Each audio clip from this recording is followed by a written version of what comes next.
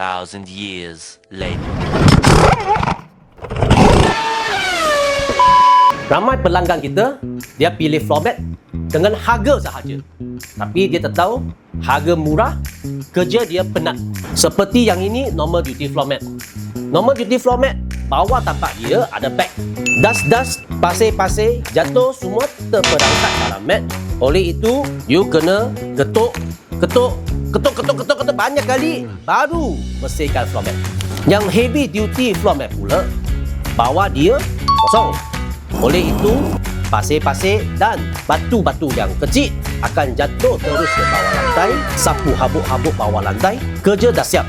Oleh itu, pilih floor mat bukan hanya pilih harga yang paling murah, tetapi you kena pilih yang sesuai dan senang untuk bekerja. Ini kan ramai buat silap. Follow aku ni, saya tunjuk cara yang betul.